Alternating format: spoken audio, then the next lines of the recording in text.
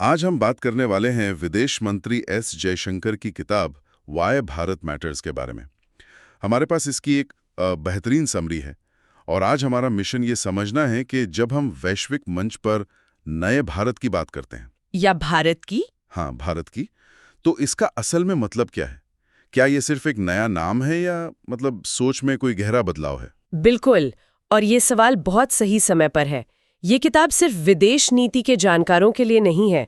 इसका सार ये है कि विदेश नीति कोई रॉकेट साइंस नहीं है जो सिर्फ दिल्ली के दफ्तरों में तय होती है। अच्छा। ये कुछ ऐसा है जो हम सबकी जिंदगी पर, हमारे भविष्य पर असर डालती है। सारांश के मुताबिक जयशंकर तर्क देते हैं कि कोविड के बाद की दुनिया में जहां पुराने समीकरण टूट रहे हैं, भारत के पास विश्व मित्र बनने का एक अनोखा अवसर है। विश्व मित्र, ये सुनने में काफी दिलचस्प है, लेकिन अक्सर विदेश नीति की बातें बहुत बड़ी और दूर की लगती हैं।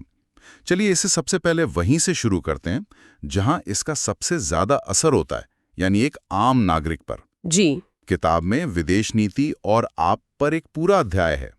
सारांश में कहा गया है कि एक अच्छी विदेश नीति को व्यक्तिगत रूप से हमारे लिए काम करना चाहिए।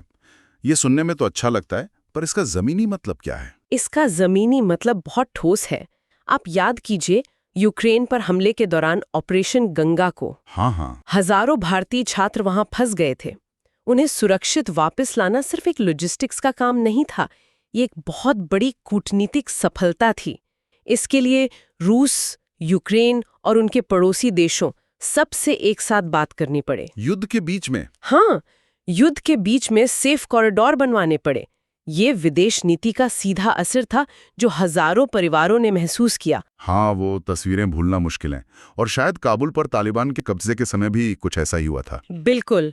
ऑपरेशन देवी शक्ति के तहत अफगानिस्तान से भारतीयों और अफगान सहयोगियों को निकालना भी उतना ही चुनौतीपूर्ण था। ये उदाहरण दिखाते हैं कि जब संकट आता है तो आपका पासपोर्ट कितना मजबूत है। अच्छा। ये इस बात पे निर्भर करता है कि आपकी सरकार के दुनिया भर में कैसे संबंध हैं। हाँ। लेकिन ये सिर्फ संकट की बात नहीं है। मतलब रोजमर्रा की जिंदगी में भी इसका असर है? यकीनन। कोई छात्र है जिसे विदेश में पढ़ना है तो वीजा कितना आसान होगा, ये दो देशों के संबंधों पर निर्भर करता है। कोई प्रोफेशनल है तो किन देशों में काम के अवसर खुलेंगे, ये हमारी विदेश नीति तय करती है। सही बात है। यहाँ तक कि हम जो पेट्रोल इस्तेमाल करते हैं उसकी कीमत भी इस बात से प्रभावित होती है कि खाड़ी देशों के साथ हमारे रिश्ते कैसे हैं। कोविड के दौरान जब दुनिया भर में सप्लाई चेन टूट गई थी। हाँ, वो तो बहुत बुरा दौर था। तब वैक्सीन से लेकर जरूरी मेडिकल सामान तक विदेशों से लाना हमारी डिप्लोमेसी की वजह से ही मुमकिन हुआ। तो हाँ, ये बहुत व्यक्तिगत है। ये तो हुई आम नागरिक की बात, जो बहुत जरूरी है। लेकिन चलिए अब कैमरा थोड़ा जूम आउट करते हैं और देखते हैं कि बड़े वैश्विक मंच पर क्या चल रहा है। किताब में कहा गया है कि दुनिया एक बहुत बड़े उथल-पुथल के दौर से गुजर रही है। सारांश में किन बड़े बदलावों की बात की गई है? सारांश में 5 बड़े वैश्विक रुझानों की पहचान की गई है जो दुनिया का नक्शा बदल रहे हैं। पहला है ग्लोबलाइजेशन का बदलता स्वरूप। ओके। अब देश सिर्फ सस्ते सामान पे ध्यान नहीं दे रहे, बल्कि वे भरोसेमंद सप्लाई चेन खोज रहे हैं। क्या हम उस देश पर निर्भर रह सकते हैं जहां से हमारा सामान आ रहा है। और दूसरा, मुझे लगता है ये शक्ति संतुलन से जुड़ा होगा। एकदम सही। दूसरा ट्रेंड है मल्टीपोलैरिटी, यानी बहुध्रुवीयता। अब दुनिया सिर्फ अमेरिका या पश्चिमी देशों के इर्द गिर्द नहीं घूम रही। कई सारे पोल्स बन गए। बिल्कुल। चीन, रूस, भारत और कई अन्य देश अब महत्वपूर्ण शक्ति केंद्र बन चुके हैं। इससे दुनिया में एक तरह की रीबैलेंसिंग हो रही है। तीसरा है टेक्नोलॉजी, जो आज के दौर में भू राजनीति का सबसे बड़ा हथियार बन गई है। चिप्स से लेकर आर्टिफिशियल इंटेलिजेंस तक सब कुछ अब राष्ट्रीय शक्ति का पैमाना है। तो ग्लोबलाइजेशन, मल्टीपोलैरिटी और टेक्नोलॉजी, ये तो वाकई दुनिया के ऑपरेटिंग सिस्टम को बदलने जैसी बातें हैं।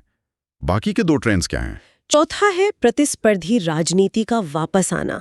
देश अब खुलकर अपने हितों के लिए क्लासिक रणनीतियों का इस्तेमाल कर रहे हैं, चाहे वो व्यापार हो या कूटनीति।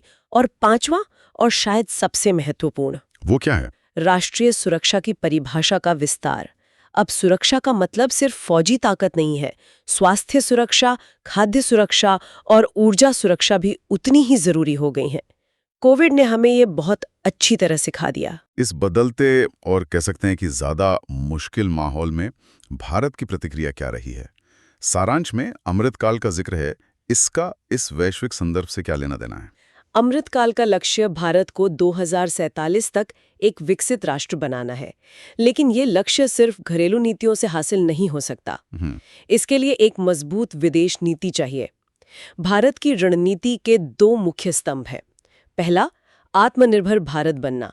इसका मतलब दुनिया से कट जाना नहीं, बल्कि अपनी क्षमता बढ़ाना। बिल्कुल, अपनी घरेलू क्षमताओं को इतना मजबूत करना कि हम बाहरी झटकों को झेल सकें, जैसा हमने कोविड या यूक्रेन युद्ध के समय देखा। और दूसरा स्तंभ? दूसरा स्तंभ है एक अग्रणी शक्ति, यानी एक लीडिंग पावर बनना।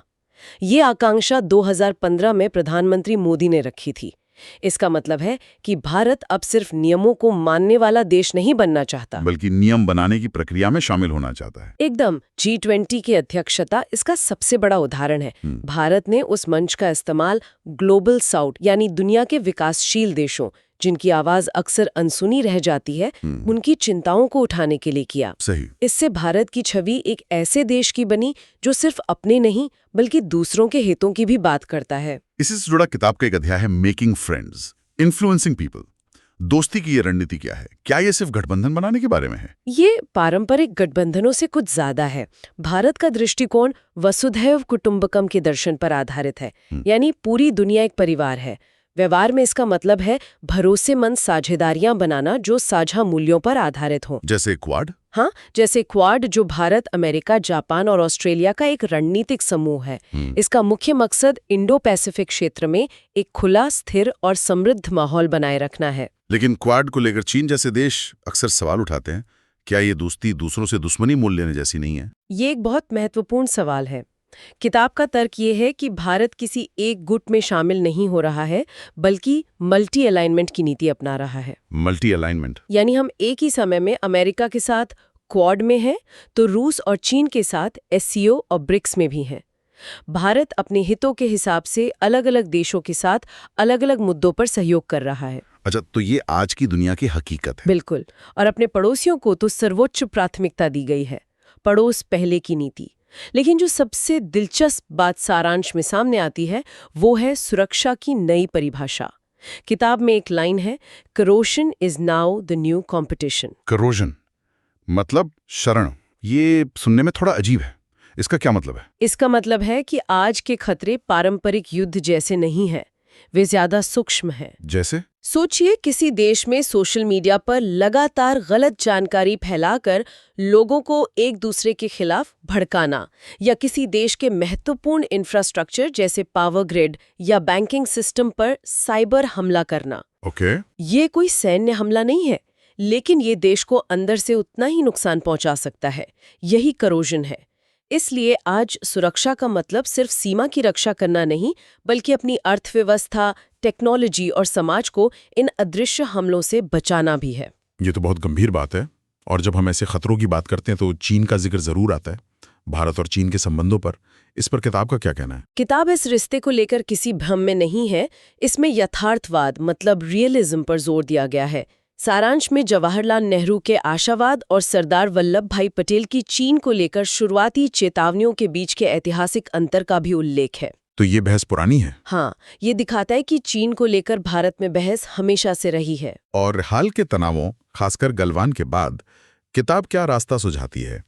2020 के गलवान घाटी की झड़प को एक टर्निंग पॉइंट बताया गया है, जिसने सीमा पर शांति के दशकों पुराने समझौतों को तोड़ दिया। किताब के अनुसार आगे बढ़ने का रास्ता 3 आपसी बातों यानी 3 म्यूचुअल्स पर आधारित होना चाहिए। वो क्या है? आपसी सम्मान, आपसी संवेदनशीलता और आपसी हित। ये सुनने में बहुत तार्किक लगते हैं, लेकिन किताब इस बात पर भी जोर देती है कि सीमा पर शांति और स्थिरता सामान्य संबंधों के लिए पहली शर्त है। मतलब जब तक सीमा पर तनाव रहेगा, तब तक रिश्ते सामान्य नहीं हो सकते। किताब में एक और दिलचस्प अध्याय का जिक्र है, द रोड्स नॉट टेकन, यानी वो रास्ते जो नहीं लिए गए हैं। ये किस बारे में है? ये अध्याय एक तरह से इतिहास में झांकता है। ये नेहरू की विदेश नीति पर उनके समकालीन नेताओं जैसे सरदार पटेल, डॉक्टर BR अम्बेडकर और श्यामा प्रसाद मुखर्जी के अलग अलग विचारों की पड़ताल करता है। अच्छा। उदाहरण के लिए पटेल ने चीन को लेकर बहुत पहले ही आगाह किया था, वहीं अम्बेडकर ने हमेशा इंडिया फर्स्ट यानी राष्ट्रीय हितों को किसी भी आदर्शवाद से ऊपर रखने की वकालत की थी। ये अध्याय दिखाता है कि विदेश नीति पर भारत में हमेशा से एक जीवंत आंतरिक बहस रही है। तो इसका मतलब ये है कि आज जो बहस हम यथार्थवाद और आदर्शवाद के बीच देखते हैं, उसकी जड़ें बहुत गहरी हैं। बिल्कुल। और ये हमें याद दिलाता है कि आज लिए गए फैसले भविष्य में भारत की दिशा तय करेंगे, ठीक वैसे ही जैसे 70 साल पहले लिए गए फैसलों ने हमारा आज तय किया है। तो इन सब बातों को मिलाकर देखें तो किताब का अंतिम निष्कर्ष क्या है? Y Bharat matters? भारत क्यों मायने रखता है? सारांश के अनुसार भारत कई वजहों से मायने रखता है। पहली है उसकी हालिया उपलब्धियां और उससे पैदा हुआ नया आत्मविश्वास।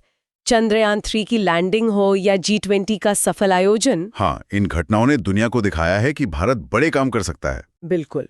दूसरा, भारत को अब सिर्फ एक बड़े बाजार के रूप में नहीं देखा जा रहा, वो एक इनोवेटर है, एक टेक्नोलॉजी हब है। किताब इसे एक लोकतंत्र जो परिणाम देता है कहती है। ये उस नैरेटिव को चुनौती देता है कि लोकतंत्र में तेजी से फैसले नहीं हो सकते। सही। और तीसरा जो सबसे महत्वपूर्ण है वो है यहाँ के लोग। भारत की युवा आबादी, उसके स्किल्ड पेशेवर और दुनिया भर में फैला उसका डायस्पोरा, ये सब भारत की बहुत बड़ी ताकत है।